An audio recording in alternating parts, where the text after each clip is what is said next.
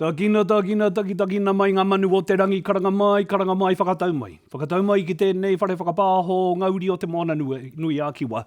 E whakatau ake nei a tātou ki roto ki te whare, kei tāmaki makaurau kei manukau. Nō reira nau mai e ngaiwi, hara mai ki tēnei pāhotanga hakahirahira, e taupatu ana i ngā take Māori o te wā. Ara ko te Kōwhiringa e mihi atu nei, ko Julian Wilcox ahau. And welcome to this very special co-production of this pre-election Māori issues debate, co-produced by the Pacific Media Network and also Radio New Zealand. And thank you so much for being with us.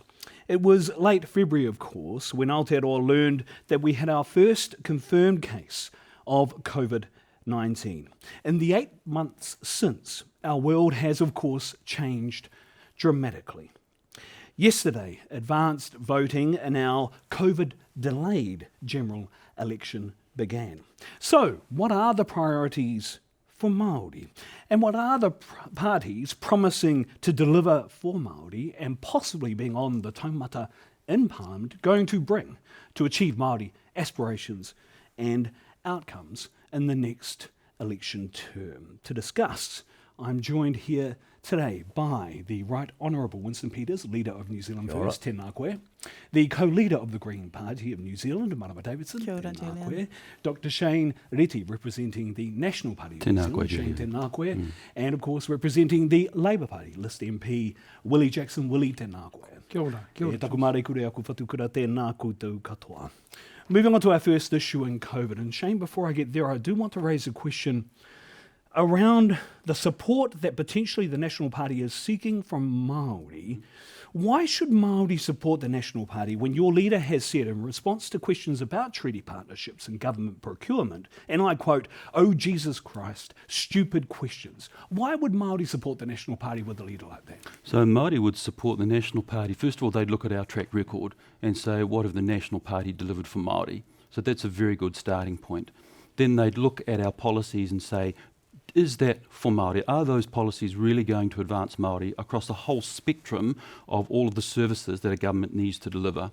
They'll then look at the people behind those policies and say, what do I see that says to me that what I'm hearing is real and can actually be delivered? And I think when they do that, Māori will say, okay, I see what National's bringing to the table. But you haven't responded directly about the treaty-based partnerships that Māori think are really important in terms of supporting a party in an election. So what's your response to that direct point? We certainly do acknowledge and respect the treaty partnerships. But your leader doesn't.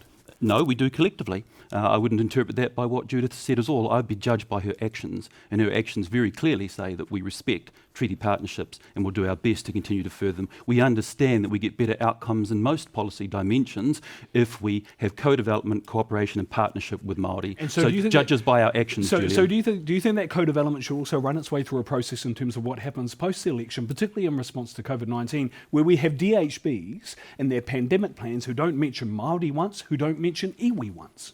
Sure, look at our policies. Our policies are that we will pass through an inequalities filter all health policy going forward. Look at our education policies that say, well, we will look and work with co-development of curriculum. We are very clearly in this space for our policies for this election. Willie Jackson, who was the Prime Minister's Māori advisors during the first lockdown?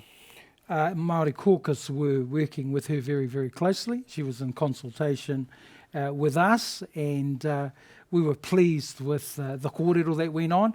Our main man was Penny Henare in terms of health, and of course Deputy Leader of the party, Calvin Davis, was always consulted. So I was very pleased with how we were involved from the start, despite the scandalous criticism from people like John Tamahere, who was too scared to turn up for this debate today. So I should say, really due to unforeseen that circumstances, we invited the Māori Party and they couldn't attend. No, it's shocking they don't turn up. But okay, well, let me put it this way. Mana Who was your Māori health expert? Because Dr. Shane Reti is a GP, he's an expert, right? Who was the Prime Minister's Māori health expert in that initial lockdown? Because Rōpū like te Rōpū whakakaupapa uruta, had to fight to even be a part of the conversation. No, well, the reality is we've got Rawiri Jensen through now, and but that's 8 months later, Willie. Myself and Penny Henare met with Rawiri Jensen and Paparangi Reid. We are in constant consultation with them, and we brought Rawiri through. That would never have happened under Shane and them. They wouldn't have put any Māori through. But look at the Epidemic Pandemic Response Committee. Who put on the table what are the testing rates for Māori? It was us. We put that on the table. I was going to say you are proposing. proposing the Border Protection Agency, Te Korowai Whakamana, sorry. So why not follow that? But we have a process that has worked for the whole country. They have worked very closely with the Māori caucus. We are working with the Rawiri Jansons of this world. I'm really happy that we've gone down that track. We also work obviously very closely with Marama, and the Māori community support us en masse. Take a poll, ask them what they think of our support and our approach. Okay. Don't just poll the Māori Party. So Willie's just mentioned you there, Marama. One of the key issues here is that when the data was coming in on COVID impacts on Māori, it was limited, and then when it was coming in, it was very slow. What are you going to do to change that going forward? I was really pleased that the government did decide to bring through Māori leadership. It's something I asked for directly and specifically referred to someone from Te Rōpū Whakakaupapa Urutā. David Jansen Rawiri is one of the chairs. I made it clear through all of the Epidemic Response Select Committee as well. I was often the only member on that whole committee ever raising specific Māori issues, and I did ask about data collection, including from the police and what arrests and detainments they were making. Why did it take so long, Marama? I mean, this is the problem, that if you go post-election with Labour, we're going to have the same issue, aren't we? The data's going to be limited and slow. If we have more Green MPs, we will make sure we are the only political party here today that have committed to Te Tiriti, not the treaty, but Te Tiriti as our founding document and the self-determination of hapu and iwi over their taonga and people. Do you think, though, that you can put a plan in place that ensures that we have equity of outcomes for Māori? It's a priority. In an inequitable health system. It's a priority for us, and that's why we were also the only political party to call for the independent and resourced Māori Public Health Authority to decide on funding, not the authority, the watered-down authority that the Heather Simpson review called for, but the one that the Māori experts have been championing as a way towards that equity in health. Winston Peters, do you support the addendum, I think it was, that the Māori health experts provided to the Heather Simpson report, or not? Well, first of all, I'm here to deal with what we did with COVID-19. Okay. And here are the facts. That 2 days before we even went into the lockdown, my party was saying we need to get the military involved, because they know how to follow orders, and we can be certain that the systems will work. If you do anything else, you'll risk a breakout because you've been careless. And the other thing that we did was we knew very well the lessons of the 1918 Spanish flu in this country, where the rate for Māori was 8 or 9 times worse than the rest of the population. And so, contrary to what you're hearing here, we massively over-tested, in particular South Auckland, to ensure that we were getting to the most vulnerable societies as we thought might be affected. And we kept on that really hard. Now, the second thing we've done, of course, is we went early. And could we have gone harder? Yes, perhaps we should have gone harder in certain ways in terms of getting the military involved quicker and making sure that there was masking like there is in Taiwan. Can I just finish? Because this is fundamental to the debate. I hate to interrupt, but isn't it also fundamental that communities have the ability to be able to protect themselves? And you denigrated iwi responses to roadblocks and those things that were actually protecting communities, not just Māori. You called them militarised. Well, with respect. Robert Muldoon, the Prime Minister, once asked General Pōnanga, how many Māori have you got in the army? And he said to Robert Muldoon, we just have soldiers in the army. And the defence of 5,000 people is not an ethnic matter. We're all in this boat together, and that's why But that's right, but they were doing it for the community, though, Matua. Yeah, well, I want to ensure that they're also obeying the law.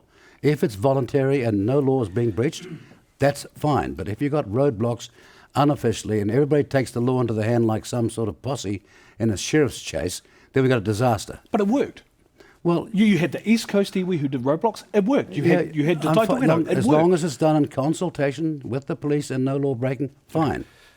But I mean, that's not the debate here. The debate was to ensure that it never got near the north, that it never got to the East Coast, it never got around the rest of the country. Okay, what about how you deal with Māori health equity outcomes in what is still an inequitable health system and actually an even growing disparity of equity health outcomes in the current system now? How do you deal with that? How does New Zealand First propose to deal with that? Well, New Zealand First has always argued from the very beginning that we had to inculcate in Māoridom a greater belief in health in the same way as a famous man called Pomara did way back in the 1920s. He took modern medicine to the Māori and transformed the Māori world. And that is still the vision that we've got. Nothing has changed, as did Ngāta at the time. But alongside that, we wanted to involve the Māori Women's Welfare League from a long way back at the forefront of this medical response on a whole range of issues. Why? Because they're closest to the Māori family. Marama Davidson, you're about to jump in, I think, on the inequities issue, right? So give me some specifics on how the Green Party is going to deal with, and I'm not just talking about health and COVID now, I'm talking about treaty inequities with Māori. How are you going to specifically deal with those over the next 3 years? Well, as an example, we know that it is many Māori who are on the waiting list currently for social housing, for public housing. So we have already announced our housing plan that would include funding directly to iwi, hapu, Māori organisation housing to be able to provide directly to our people. This is also tiriti justice in making sure that we put that resourcing and that power again for iwi and hapu to self-determine how they look after their people. And so we have made sure and prioritised across all of our plans, farming, clean energy, housing, poverty, today, transport. We have made sure that part of those priorities include specific funding and pathway for Māori leadership. How is, for example, how does a line going from Christchurch to Timaru help deal with inequities in Māori health, or inequities with Māori, given the low populations of Māori along that train line? So part of it is the job creation that will happen, including out in our regions where many of our Māori live. But anything to help Māori be able to afford better, quicker, more regular transport is going to help whānau in their everyday and every week budget. So anything that we can do to fix up public transport, make it cheaper, make it faster, more efficient, is absolutely a help to Māori. But the specific policies for Māori include prioritising true tiriti justice, which is why we stood by the incredible kaitiaki leadership at Ihumātao to say that these young, amazing new generation of leaders are not taking crumbs anymore, and the Greens have your back. Can I just come in on this health kaupapa, because our people have said at the grassroots level that they get crumbs. Māori health providers have been given crumbs for many, many years, Julian.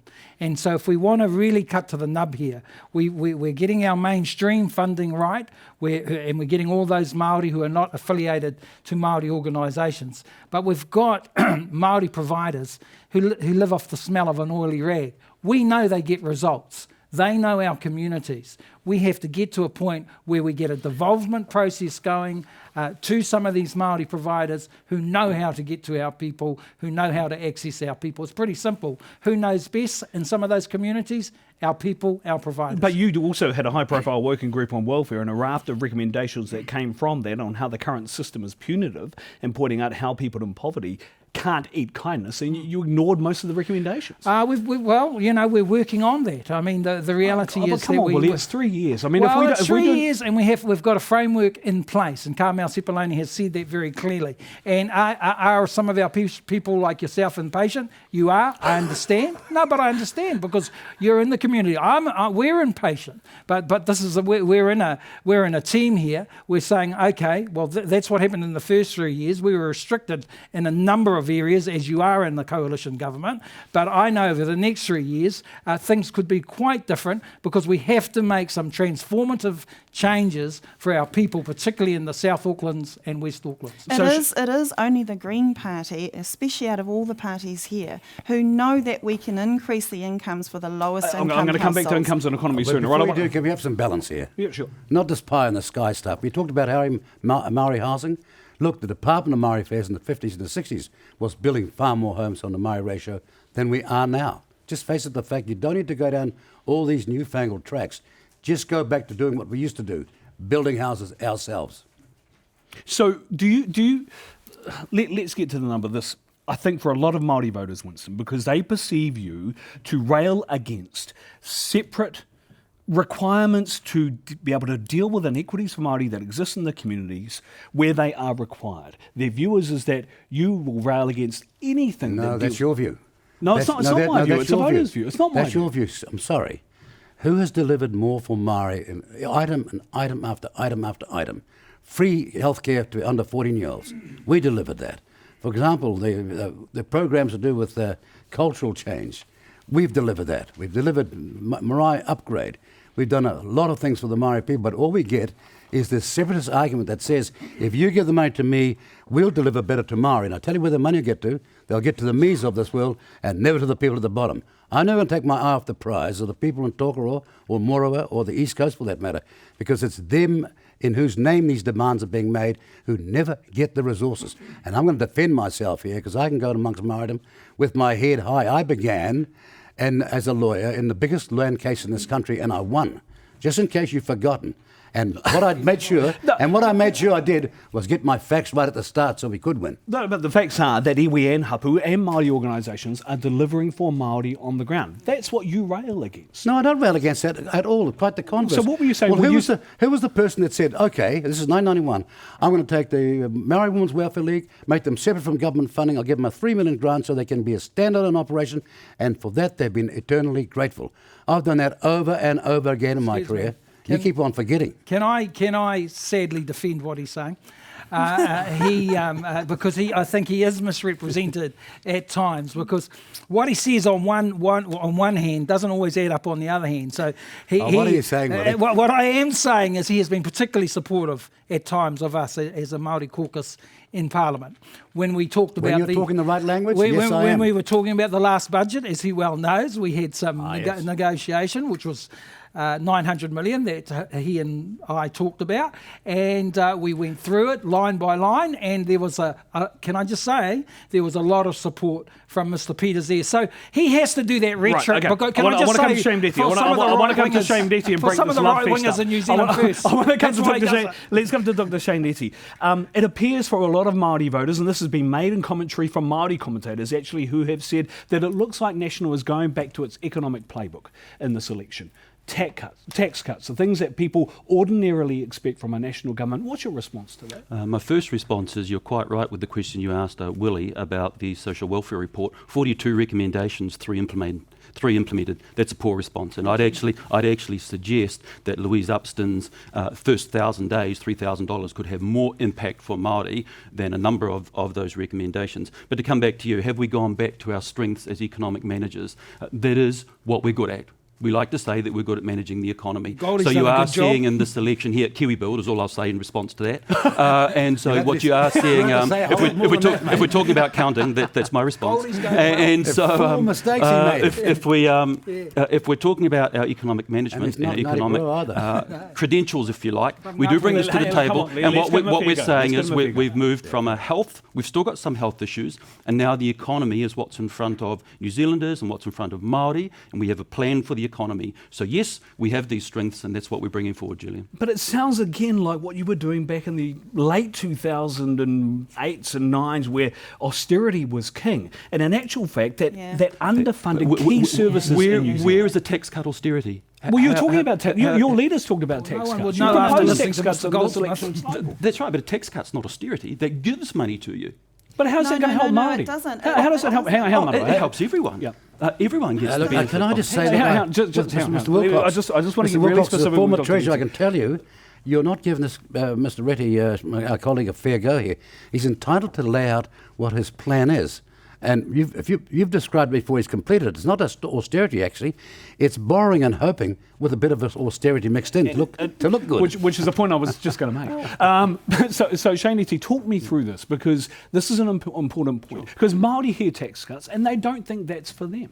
Why would they not think that's for them? Because there are a lot of Māori who are in poverty cycles and can't get to the middle class. Then start from the top to the bottom of our whole economic plan. Let's talk about building big infrastructure, stimulating the economy with infrastructure. Who's got $31 billion of roading? It's a national plan that has that. Who's actually focused on small business and said every new person you take on will give you $10,000. Oh, and you can capitalise up to $150,000. Oh, and we'll double depreciation rates as well. And then we've got the tax cuts. Talk about the whole spectrum of benefits, and I believe Māori will benefit across all of them. How can Māori trust national economic policy with the mistakes that have been made by your finance spokesperson? Sure, a mistake that he acknowledged and that we understand. It's not that one it was mistake. it was It's late not one data. mistake. I'd contend that. But if we accept the mistake that he's accepted as well, then I would say the rest of the package is solid, and I'll put it up against any other party here today. I will be any other party here today that will have a swipe at that, because actually successive governments, in the name of so-called tax cuts that are going to benefit people, have ended up neglecting and destroying our public services, our education service, health services, our public transport services, housing crisis and challenges. That's where the deficit ends up showing up, and in individual households is where the debt ends up. It's not the Crown who have to line up for food when we borrow to make sure that we're properly investing across those public services. It is individual households and people. If the men could just wait till I've finished. It is individual households and people. It is individual households and people who bear the burden, generationally, who bear the burden of austerity cuts and neglecting our public health services. Winston, you can make your point. Respect. This sort of narrative which says you're going to do this and that and spend all this sort of money. Let me tell you, out there are a lot of Māori who understand what poverty smells, tastes and feels like. And these sort of aimless promises as though there's no possibility that they're going to run broke one day, they do understand. Here's the reaction, frankly. If you want to talk about tax cuts, give it to businesses to better enable them to export more, to create more in our country and employ better people at higher wages. That's where the Māori are going to come in. But this idea that you're going to borrow and hope between the Labour Party and the Green Party, they've already spent $25 billion in this campaign in a COVID-attacked country where our economy is hanging on by the very fingernails as we speak. So how does... and you've talked a lot about the PGF. Grow wealth is what you've talked a lot about PGF mahi and being redirected. But how does PGF mahi help? Let me put it this way: redirect more women into work and more Māori women into work. If you're in Oporaki, you're going to be part of the biggest mussel farm in the whole wide world, with hundreds and hundreds of jobs with medicinal mussel agriculture, all designed to give these people the first chance they've had for decades. It's going to happen in the Coromandel, it's going to happen on top of the Marlborough Sounds. I can show you project after project after project, scoffed at by the big end of town because it's not them in control, and by the bureaucrats in Wellington. But out in provincial rural New Zealand, where a lot of Māori still live, this is their real hope for a job and wealth. So I want to put to you a point from Dr. Eru Tārena, who has talked about moving our people away from primary industry. You've also talked that you want to spend some money or put some resource into agri-training. How do you pivot Māoridom out of primary industry into high-tech, I'm not pivoting valued technical industries that are required for the fix for Māori to move out of primary industry? But I'm not pivoting them out of private industry. What I'm trying to do is pivot primary industry out of the lack of added value, selling milk powder instead of selling infant formula 8 times more value. That's where jobs are for Māori. But when you talk about pivoting people, I want Māori to be still involved in primary production. I want them, though, to have all these great new opportunities. We've got a sea area far bigger than Japan, far bigger than the UK. We're not doing enough with it, and there are thousands and thousands of jobs for Māori if we just gave the startup investment. Don't forget, there are a lot of Māori iwi starting to see this great opportunity. So Willie, hang on, I'll come in, Willie, because you talk a lot about the mana and mahi policy. I'd like a chance, yeah. Well, let's give you a chance. You talk a lot about the mana and mahi policy, provides a wage subsidy while people are training. People would say, though, that's a transfer of wealth to employers. Look, we're doing the whole gambit in terms of employment at the moment, and let's be clear, we're on the right track too, because we invested in this country with the wage subsidy that Deputy Prime Minister was involved with. 1.7 million people received this. Oh, well, we were a very good coordinated and together coalition government there until people started playing up during the campaign. But anyway, we've got a wage subsidy that kept this country going. Now, on top of that, Julian, we have invested in our people in terms of training. We took on an economy where the National Party, after the GFC, refused to invest in training. And this economy was broken when we took it over. When I took over as employment minister, we had employment stats down at 4.5%, Māori stats at 10, 11%. It was a disgrace. We brought those Māori stats right back pre-COVID. We've brought in more training, more apprenticeships. We're talking about infrastructure investment. We're talking about diversity, not just primary industries. As you rightly say, what about the IT? What about hairdressers? What comes out? What do you say to Dr. Shane Reti National? He's saying not fast enough, not good enough, not quick enough, and not resource enough. I'm saying Dr. Shane Reti is I'm saying he's a very good man, but he's with a bunch of people who had no regard for this country, who broke this economy, who want to give tax cuts to their rich mates and neglect basic services, because we know what happened last time. We know that there was minimal investment in health. We know that there was sewage coming down the walls of Middlemore Hospital.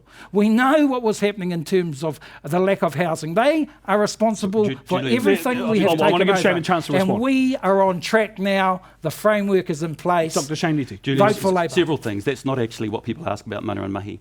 They ask how many people have gone through the program, how much money is spent in them, how many outcomes and how many fail. That's what they want to know. And unfortunately, Labour can't measure that across. 81% They success can't rate. measure it across, firstly. Secondly, when Willie talks about health, how does he explain a few hours ago when the health minister said we will be reducing DHBs, or not just addressing that question?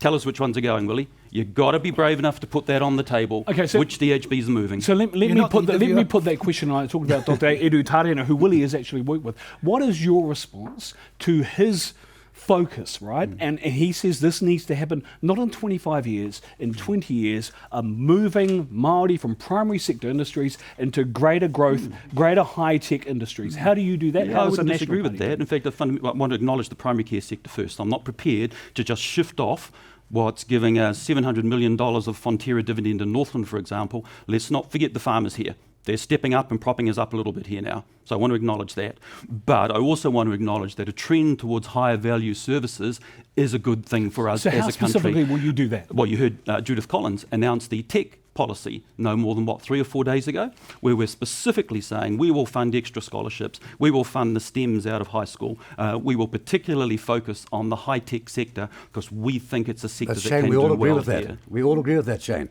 That's where we all across the board right now, across the political divide, understand that it's not just work, it's smart work, and that's investment in IT and bringing our young people in particular up to speed. They're not there yet because we haven't invested enough, but we desperately need to do that. And then we've got a chance of returning this economy around with other aspects of help as well. But you're right about that. I'm not arguing with that. So Marama, let me come back to you because we started this bit of the conversation with you. Your party has said you want wages to be higher, no disparity between gender, ethnicity or age, legislative protection for workers, 35-hour standard weeks and 13 months of paid parental leave at 100% of the average male working wage. Have you costed this out? So one thing I just want to go back to though, Julian, you were talking about the COVID response, and I want to make it clear that we're seeing that it is women, particularly Māori and Pacific and brown women, who are bearing the majority of the COVID-19 job losses. So we've also been very clear that all of the free training and apprenticeship fund that the government has urgently and rightfully put up needs to have a very specific gender equity lens over it. That means removing the barriers and proactively encouraging more women into male-dominated workforce in demand like construction and trades. We congratulate those who are already there, but it also means making sure that we have got female-dominated workforce demand courses considered, like nursing assistant courses, ECE assistants, teaching assistants, pharmacy assistants, admin and type courses. And so that's just indicative of the sort of equity lens that we should be having over our entire COVID-19 So let me come back to a point that Martin was was right here, Julian. Can we ask Willie how many of his forestry program actually were hairdressers who went into forestry? I'll come back to Willie on this, but I think Winston made a point earlier, which is a good point, that it said it's great aspiration.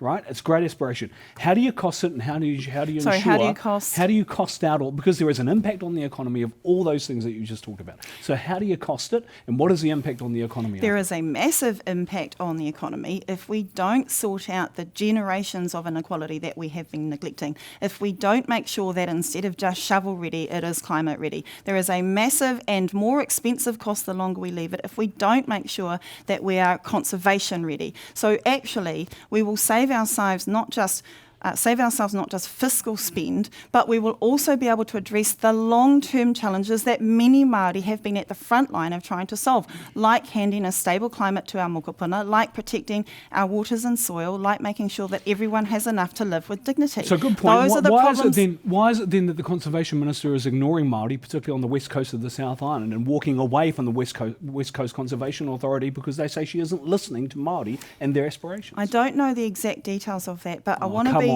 I don't know the exact details of that conversation, but I want to be very, very clear that the Greens as a party and in our policies know that the only way to protect our climate, our environment and our people is by upholding te tiriti. Hang on, Winston, I'm almost It's a long there. answer. And I've got to Yours are not that short either. Let Marama get to the answer. I'll look after it if The you like. only way to solve those solutions is by affirming te tiriti and mana motu hake, not by sidestepping. You'd agree with that, wouldn't Let me you? say this here, but let me straight on the barrel.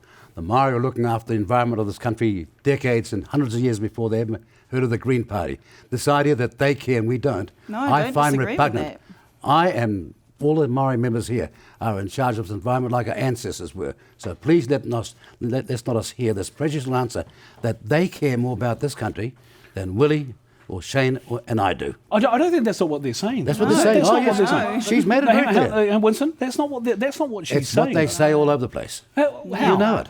How? Well, that's Well, not- they that's not use what the she phrase, just we're said. the only party that does this, we're the only party care that. Well, that's true. Let me There's tell you something this, in there. they're utterly against extraction. All the Nordic countries are light years more green than the Green Party in New Zealand. They know that extraction is the climate change future of the world. But here we've got total blockages. And I'm saying to Māori, watch yourselves very carefully. And I think Winston's got a good point. The reality is that, no, there is a good point there because conservation values many times, well, not many times, a number of times, as you've pointed out, will conflict with Māori values. And Marama will be a lone voice in her party. And we have to... No, that's not true at all. Well, give me another you just- example. just- Give me another example. just Give me what you- another example. Well, you've sound like you Jack talk Tame. about people... What was that one, was that? He sounds like Jack Tame. James Tame. No, I came up with the Charlie example. I Tame. want you to give me another Well, one. you know, we have to be careful in terms of the in terms of the exploration of gas and oil, right? We have to be careful. You know, our people are talking to us. I obviously support where we're going on it, but our people have approached us too with regards to what's been happening on there, and they're saying, have you been captured by a green agenda? No, we haven't. We know what's right for this country. But a lot of times our people are saying that their Māori values can get lost, Julian, in terms of a green agenda, and you've got a conservation minister sometimes who has been challenged, and our people are worried. They're worried, and you've talked about Iru Tarina down there. So, Dr. Shane Reti, let's focus on the worry that Māori have here. Your leader has talked about the repeal of the ERA. I think there's also been conversations around shutting the RMA, where potentially Māori voices will be shut out of that process. How do you ensure Māori perspectives and indeed the views of iwi and hapu on their takiwā are represented, particularly given the proposed changes your leader has talked about? Repealing the RMA isn't to exclude Māori voices, it just says it's no longer fit for purpose. It says as we're looking for that balance between economic and environmental sustainability, which is fundamentally what the RMA is about, that this old act, which has been bolted on with many things as we've changed and moved over the time, is no longer fit for purpose. So it will still have a role for Māori, specifically, of course. how will you ensure that Māori perspective, Māori values, kaitiakitanga responsibilities are still represented, are still able to be exerted through the RMA process? So that's a responsibility of Māori members in caucus. But I just want to say, Māori members in caucus aren't totally responsible for all Māori issues. No. I have many non-Māori colleagues who fight this battle and have fought it for many, many years. So there are many of us in caucus who will make sure that there is a role, an appropriate and suitable role for Māoridom. We'll bring the voices of the community along with us so that the legislation that we're able to propose totally takes into account Māori. That's how we're going to do I that. hate to come. Sorry, so I will come back to that. But I hate to repeat my point from the beginning of this debate, which is there is a low level of trust with your leader when she talks about the treaty, the way that she talks about the treaty, and yet you're saying there will be a way for those voices to be represented. And I would come back to you and say, be judged by our actions. Look at our policies. Who's talking about co-development through education? Who's talking about co-development through health? But I don't hear kaitiakitanga. No, they're not. Chris Hipkins would not allow co-development for Māori of curriculum for ITOs. He cut it off. I don't hear kaitiakitanga. What's that, sorry? I don't hear kaitiakitanga from Oh, you. there's a whole lot of values but that I we can don't bring hear into this. from who? Let me Kaitiakitanga, explain. manaakitanga. I mean, you've all heard of enough our Let me explain what Māori Shane we is will saying. incorporate into the RMA. Shane's right about the RMA was passed by National in 1991. It was a Labour Party, of course, piece of legislation. But 3 decades on, it is really roadblocking most developments. It's costing a fortune, and people are trying to build a house up to 35% of the cost can be getting a permit or getting the right to actually do something. This is destructive in the extreme. The RMA can be changed and must be changed, and Māori will not lose their voice, providing we remember this. It's the Māori on the land, the one that is keeping the land warm all down through the decades and the centuries. That's the ones we should be listening to, not somebody parked up in Remuera and Parnell saying, I might go there in the next 10 years, so I'd like to stop everything. How many That's Māori the do you know in difference. Remuera and Parnell? Quite a lot. Really? Yeah, quite a lot. They're probably your neighbour. A lot of national party. No, National Party, okay. So Māori. give He's me, not give me, denying it, is he? listen, give me a specific. How do you ensure the representation of Māori rights and interests Well, I'll in tell RMA? How do you do it I've just told you, specifically? you talk about kaitiakitanga. Here's the point. If I'm going to listen to Māori on the West Coast, I'll listen to Māori on the West Coast. Not somebody parked up around the rest of the country who says, oh, I'm back now, I'd like to have a say. That's not Māori folklore. That's not Māori land law. Māori land law is mana whenua. You listen to people who keep the land warm. And the RMA can do that and yet be far less restrictive, far more productive, far less restrictive than it currently is. Right now, it's a massive roadblock. You bring in the Too much experts too. development. It's like water, right? You know, that's been a big kaupapa for us. What did we do? We brought in experts. We have a group who we consult with. We bring in our biggest Despite critics. what the wishes of the iwi leaders group were. Well, They despite were appointed by your minister, David yeah, Parker. well, I've never been a huge supporter of as you know. They're not the only ones who talk for Māori. No, but what do we do? That's right. You know, in terms of a coalition, what do? We brought in the Annette Sykes. We brought in people who had criticised us from the north there, our Mr. Ruka up there.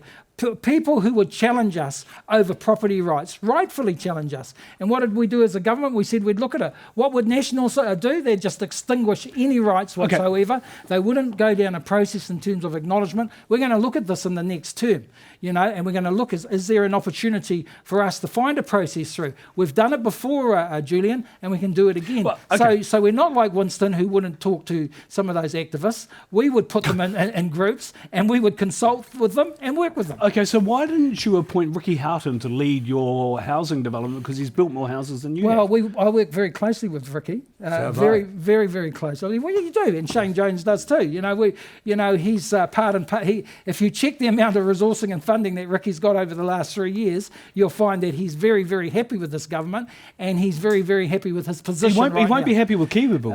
Kiwi Build is a bust. Well, we don't want to be talking about that at the moment. No, we do. This is an example of where you've fallen over, Willie. This was a key plank of your 2007. As you well know, we're not all perfect in life, Julian. You know, we all make mistakes, and there's mistakes along the way. But we're on track now. Ricky Houghton is a great example of this coalition and how we've invested in the North, and we work with him virtually on a weekly basis. Okay, so aside from Ricky Houghton, how do you get this right? Because quite rightfully, Judith Collins and actually Dr. Shane Reti is very correct in his point. It's a bust. You haven't done it right. How can we trust you to get it right in the next election too? Sorry, get what right? The Kiwi Build. Or actually housing, more housing for Māori. We're going to invest in Māori. We're going to invest significantly in papakainga housing. You know, we're doing the business right now. We're investing with iwi. We're investing with Māori community groups. We've got projects in terms of rent to own, in terms of Māori. So we have to run two. That's right, Marama. You know, we work in tandem. You know, so we've got a rent to own process in place. Then on top of that, we're building more houses than the National Party ever did, and we're on track. Okay, it was a bit of a slow start, but we're away. That's the problem, though, right? Dr. Shane Reti, it was such a slow start. It was such a slow start. My goodness, you know, I'm almost ashamed to talk about Kiwi Build. Well, then 10,000 was the promise, and what have we on. got? Maybe 500. Supposed to be hundreds in Whangarei. Winston will know this. 8 houses in Whangarei, Kiwi Build. And I think this really talks to credibility. So we've heard Willie say what they're going to do.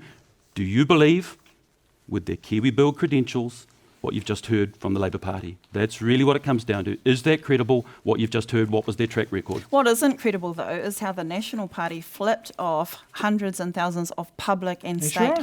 homes and ended up creating a massive you haven't part sold any? of unaffordability. Well, Shane, we'll get you to respond to that. I was just saying to Willie, and he hasn't sold any? He's trying to become So the yes, I'm not interviewer here going because he's to trying Can I going just to say, look, ignore on, that we did can sell I say some. about Kiwi Build? The problem with Kiwi Build was all theory.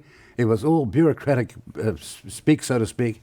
And here we are, out there with all these builders on the ground, with their people on the ground, including thousands of Māori who could have built 10,000 houses, no trouble at all. This time, we're going to get it right. We're going to make sure we go to the people who build houses, not the people who talk about it and can't hold a hammer. Shane, aren't you going to remove foreign restrictions on buying houses in New Zealand? Isn't that one of the key planks of your housing policy, to remove any restrictions on foreign buyers? Correct. The restrictions that were put in by this current government, we're going to wind back, along with parts of the Bright Line test, because we think that the market is better if there are more people participating in it. So it's a really simple philosophy. But how does that help And Māori? so- It isn't. How does that help Māori get into housing? They brought in the Bright Line Māori test. are part of You the... guys- Let him answer. Let him answer. Māori are participants in wanting to buy into the market as well. But how are And- they going to compete with foreign buyers, Shane? Oh, no, remember No, we they had... haven't been no, able that's to. not correct. What that does is that keeps prices down. It gives them more opportunities because there's more buyers in the market. Hang on. Increases How demand. can you say that the introduction of foreign buyers is going to keep prices down when what we've seen already is that there's a burning housing market and you're potentially going to throw more Then look at the fuel on that opposite. fire? Convincingly prove the case that when they were banned, that there was a substantial improvement for Māori. Can you prove that case? The answer is no. We can prove this, though. We built more houses in the last 3 years, year on year, since 1973. That's dramatically Public provable. houses. Just because Kiwi Build got screwed up, and we could have fixed that up, we should have fixed up a long time ago, does not mean that the overwhelming housing projects and housing in New Zealand was going gangbusters with us. In fact, we built far more houses than you've ever seen right. since the mid-70s. That's Wonderful. true. Marama That's Davidson. true. Marama That's Davidson. I true. want to come to Marama Davidson. Marama, homelessness during COVID-19, like that. Oh, we put What- people into motels. We didn't solve homelessness. No, But but we yes, came up with a we solution came up for the with a immediate solution. problem. That was fabulous and necessary. And it shows that when there is political will, when we do agree wholeheartedly that housing is a human right and a core public good, that we can actually find the money. We do have enough. Now, I'm the only party here who is brave enough to say that we cannot continue to allow houses to be used as a pure commodity tool, that we have to tax unearned income, that is what is causing high unaffordability for mainly our people, for too many of our people who can't even afford rent in light of low wages and low income. And I am the only party here who is clear enough to say we cannot let that continue. The inequality, especially And taxes, through, love? I was just especially gonna through get the there. Taxes, difference. love? Okay, if it means publicly well-resourced schools, good hospitals, good education system and houses, then what is not love about that? Making sure that everyone has enough and a dry, warm, affordable home is pretty loving in my books. I know when I asked a question previously about have you costed all this out, and you gave me, I think, a response which was worthy of the question. However, I have to ask it again because it does appear like you haven't done a full cost on on the impact of the economy, particularly when you talk about housing and how we move that Are forward. you kidding? Our wealth and tax income plan, for an example, provides part, or actually more than the priority election plans that we've put up. But again, generations of people struggling with housing is immoral and expensive. It goes into a burden on our health system, on our education system, on our justice system. We have enough here. We have enough to build on affordable and public houses is where we need to focus, and that's what the Greens plan absolutely is. Winston Peters, you said recently, quote, "We will stop any dangerous settlement at ihumata." Yes. And the response, I think, and it's a good one from those at ihumata, is that ihumata is not a treaty settlement issue, so there is no impacts It on was. any well, that they're saying it's not. Well, It they're is a wrong. unique cultural heritage landscape issue. Ihumata was part of a treaty settlement, and I've never heard them argue that. They went to the two courts, they went to the United Nations, they got overruled on every occasion, and out of left field, people who do not belong there are coming along and saying to Kaumatua and Mana Whenua, You get aside, we are your voice now. But they say actually it doesn't require a treaty process to deal with this issue. It is a unique cultural heritage landscape issue, should be dealt with that way, and will have no impacts on They've been previous through treaty 3 settlements. legal hearings on that matter. But that's what they're saying now, Winston. Oh, look, please don't say that. If you've been to the court 3 times and all the way to the United Nations and failed, maybe, just maybe, your argument's not strong enough. But I look at the old kaumatua there who got pushed aside. I saw him on television saying to Pania, You're talking about Warena Taua. Yeah, well, he said, he also, look, sorry, hang on, I'll deal with this. Thanks for your help. But I'll deal with this. He also said she is not mana whenua. She has whakapapa to that land. Oh, yes, you got whakapapa, yes. But she's not the person who's been sitting there, keeping the land warm, as we always respect in the Māori world. But you talking about that is dog whistle politics. The way in which you talk about this, it is so. You talked about that as a wasted vote to ACT and everyone else. I began my young career as a lawyer defending the biggest legal case in this country. I'm not talking about that. I'm talking about I have never lost my will and desire to do what is right. That's true. But I'm not going to have people come along with pretentious, made-up arguments and ask me to defend them. Okay. And now open up every treaty settlement. Willie Jackson, are you the government of not good enough, not quick enough, not fast enough? There should have been a solution for Ihu Mātou before this election. It hasn't happened. There's a few questions there. We have got it into a better position, and along with the Greens, we've been very supportive of the people out there. With respect, Winston doesn't know what he's talking about in terms of the treaty settlement. There will be no precedent if we go down that track after the election. We have been working at the coalface with the protesters. We've been working with Kingitanga. I've said to people, if National was in, Shane's mates would have dragged those Māori people out of Ihu Mātou by the throat. That's just the reality. But what you have with us is some protection. You had a Prime Minister who moved in. This Prime Minister knows a little. This Prime Minister knows what she's talking about. We have done the research. Not on that issue. This is not a precedent in terms of treaty settlements. But to be fair, Willie, the Prime Minister inserted herself in that process a long time ago. That's right. There should have been an answer, and you didn't get it done. No, well, you're going to get an answer because we're working through this, and they're in a much better position than they ever have been if Shane Reti's national government were in place. And this is tough territory. You know, you've heard this Deputy Prime Minister today. He's not easy it's not easy to work through these things. So work it out. But we are committed to getting a settlement there, and the protesters and Kingitanga are working with us hand in hand. Dr. Shane Reti, he's kind of right there. There is a perception. In fact, actually, it's not a perception. Consistently, all the way through the leadership changes that have happened in National, there's been one approach to Ihu Mātou. There's not going to be a settlement no matter what happens if National becomes government. That's correct. Our position is clear, wrong. And I tend to side with Winston here, I'd have to say. Our position is that for Ihu Mātou, it's really simple. 2 words: build houses. They don't back the Maoris, and we'd make the point that more houses have been cancelled at Ihu Mātou than been built with Kiwi Build. One thing on the law. And so that is our party position, and we stand by it. Shane, on the law, look, please do not have this argument here when it's not right, it's not fact, it's fake news. The reality is, in the Tainui settlement, and I was in Parliament when that happened, we settled on those issues. Please don't tell me it was not part of a Waitangi settlement. Then why does it? When it was. Okay, so Shane, I want to come back to Shane because you here, guys right? want it. So because we've already he wants it too. Hang on. I thought I was a facilitator here. You go right ahead. Shane, again, the point is that this is not a treaty settlement issue. There will be no impacts on any other treaty settlements if you follow the process we through. would have disagreements with that, I'm But why would you have a disagreement? We just disagree. Our position's clear. It is a heritage. And furthermore, why is this taking so long? How quickly after the election is this suddenly going to be resolved? This just smacks more and more of politics. Too long. Should be resolved now. Tell us the answer now if you know it. Otherwise, it's politics. Okay, Marama Davidson, we've heard that for a long time, my friend. Marama Davidson, you've been on Ihu Mātou a lot. You've heard these arguments that have been put here. Again, how do you respond to that? So I just want to make it clear that trying to smear the campaign to protect Ihu Mātou with just one person is completely unacceptable, Winston, because she had the backing, she has, and they have the backing of kaumatua. When you haven't been to the whenua and sat there at the front line with the kaumatua who are behind the incredible leadership, like I have, then you know very clearly that the backing is across people who have been there for generations. I am so proud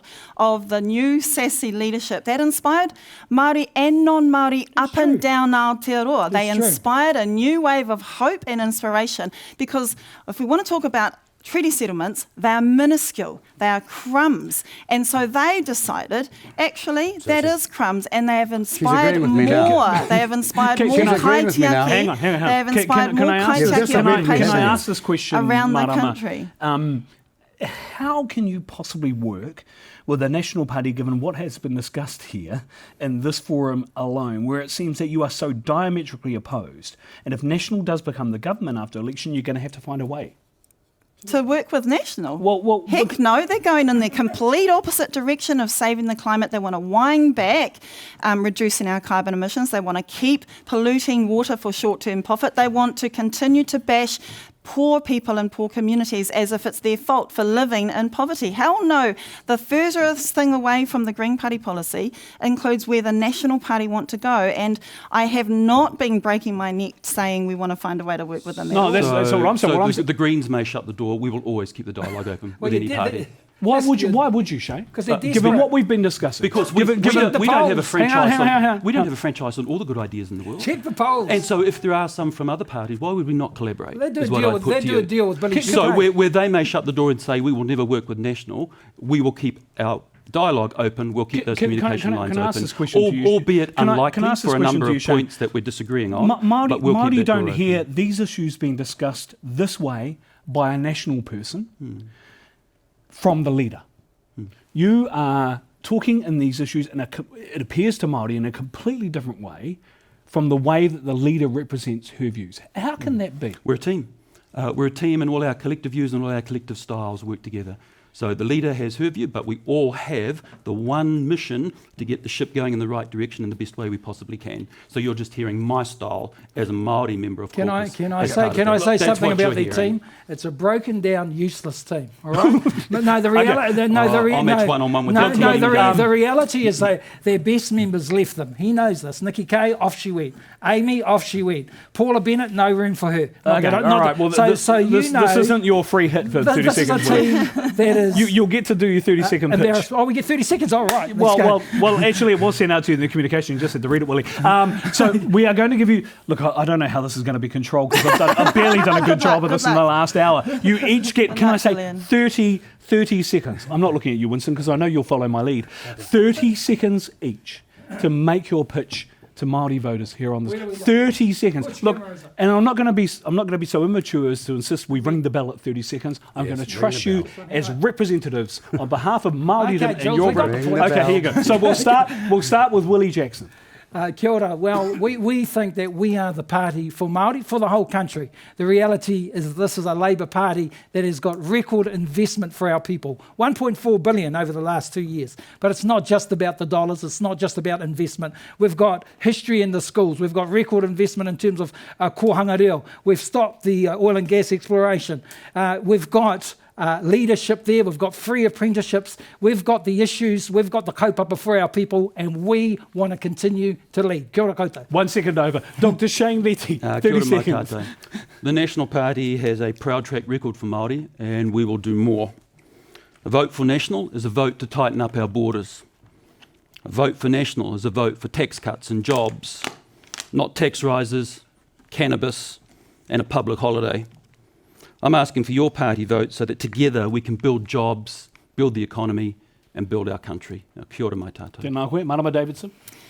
The best way to make sure we do hand our mokopuna a stable climate, that we do protect our environment, te taiao, that we do make sure all of our whānau and mokopuna have enough to live dignified Māori lives, is by upholding te tiriti and affirming the mana motu hake and tino rangatiratanga of iwi and hapu over all of our communities, our resources and our people.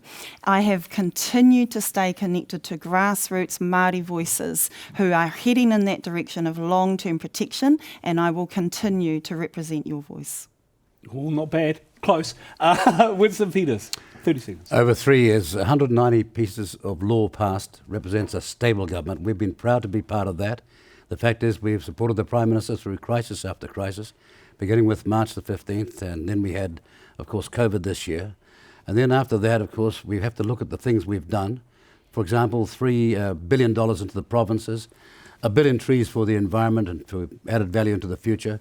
We've been an accelerator for good ideas, like the minimum wage being increased, like looking after the small business investment area, like looking after national superannuation. But we've also been a handbrake for bad ideas. Can I just say that everybody out here has heard 1,000 promises today. Whether you can believe them will depend on whether you've got faith in what they can do. Can I just close by saying you just this? got Yelled at me fired for 40 long seconds, answers Winston. this whole debate, I Winston. said you were going to follow my lead. Well, can I just say one thing then? No, you Buy can't. some insurance. No. Buy some Take the insurance play. and No, I'm not make letting you sure- do that. You've lost control of this. Okay, shame on you. Can I say in all seriousness, thank you all for being a part of the debate. It is not an easy game that you were all in.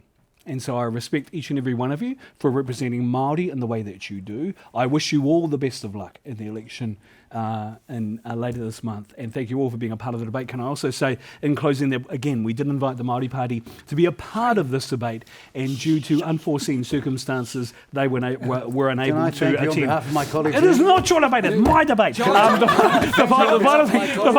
final thing I can say is each and every one of these people are giving me the evils, which suggests I've done a sublime job. My name is Julian Wilcox. Thank you so much for watching and listening to this co-production of the RNZ and the Pacific Media Network here at the Pacific Media Network Studios. Can I thank the Pacific Media Network for having us here in Manukau. Kia taunga mana ki tango te runga rawa kia koutou katoa. Te he wa Māori ora kia tātou katoa. Kia ora. Thank you. Kia ora, Willie. Kia ora, Kia ora, Winston. Mai hongi.